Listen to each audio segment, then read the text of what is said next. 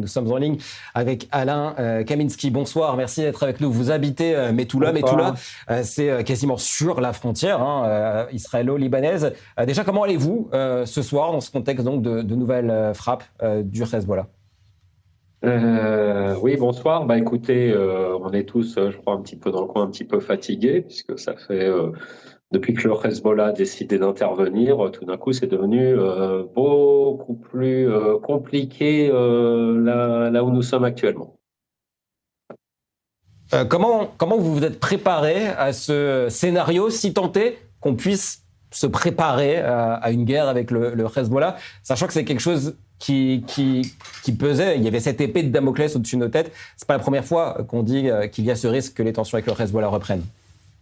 Oui, tout à fait. Alors écoutez, pour être honnête avec vous, on ne se prépare pas vraiment. En fait, on savait qu'il y avait un risque important que cela arrive. Donc le moment venu, bien évidemment, on a préparé tout ce qui était, je parle pour moi et les gens autour de moi, Mamad ou Miklat, de manière à ce qu'on ait à peu près tout ce qu'il faut au cas où nous serions bloqués à l'intérieur. Et en dehors de ça, moi, comme vous le savez, on est à la frontière. Donc, quand il y a des tirs qui sont effectués, on a très, très, très, très peu de temps pour aller se mettre à l'abri. Donc, écoutez, on continue à vivre et on espère sans arrêt que ça ne va pas tomber. Et quand il y a une alerte, on se réfugie dans l'abri et on attend que ça passe. Peut-être justement une question sur les abris. On sait qu'à la frontière avec le Liban, on a à peine 15 secondes pour se diriger vers les abris. Quelle est la situation justement à ce niveau-là? On sait que beaucoup de localités dans le Nord manquent d'abris. Vous vous sentez en sécurité? Alors écoutez, à titre personnel, on a un abri à l'intérieur de notre maison, donc oui, on se sent jamais pleinement en sécurité, parce que comme vous l'avez dit, il y a très très peu de temps, ça peut être 15 secondes, ça peut être même moins.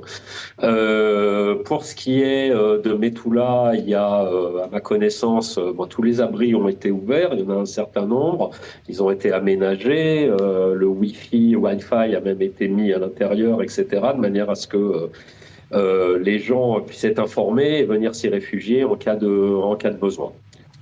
Alors Mettoula a été très touché, non seulement lors de cette guerre, évidemment. Aujourd'hui, il y a eu des requêtes, donc on l'a dit, mais même avant. Comment se passe la reconstruction autour de vous, dans les quartiers autour de vous? Écoutez, ça a bien avancé. Il y a encore des endroits qui sont, je dirais, en cours de rénovation. Un grand nombre d'endroits ont déjà été rénovés. Ça se fait petit à petit. Comme vous le savez sûrement aussi, tout le monde n'est pas revenu sur Mettoula, comme dans un certain nombre de localités à la frontière, puisque en attendant de savoir comment tout cela va se passer, il y a des gens qui préfèrent ne pas revenir, et d'autres gens, des nouveaux, dont je fais partie, puisque ça fait simplement 3 mois que j'ai aménagé à Mettoula.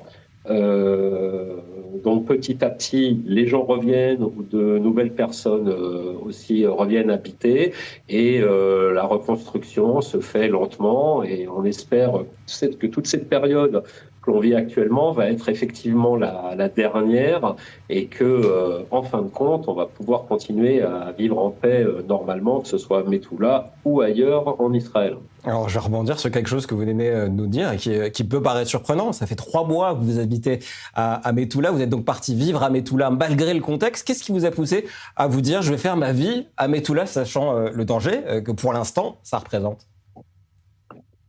Alors, pour vous le faire court, la première chose, c'est, j'habitais pas très loin, j'étais dans un kibbutz à quelques kilomètres de Mettoula, donc kibbutz qui n'a pas été évacué pendant la guerre, donc on va dire que les 2 ans de guerre, enfin les 1 an et demi de guerre au nord d'Israël, je connais, donc ça fait tout de suite, on va dire, moins peur. La deuxième raison, c'est que, bien évidemment, on va dire, une grande forme de sionisme, puisque Je ne suis pas moi-même religieux, il y a un certain nombre de religieux qui sont arrivés aussi du côté de Metula, et de gens comme moi, qui pensons que nous sommes sur la terre d'Israël, hors de question que nous n'y soyons plus, et que donc on est là pour montrer à ceux qui voudraient bien qu'on s'en aille que malgré toutes les difficultés, on est là, on sera là et on n'est pas prêt de s'en aller.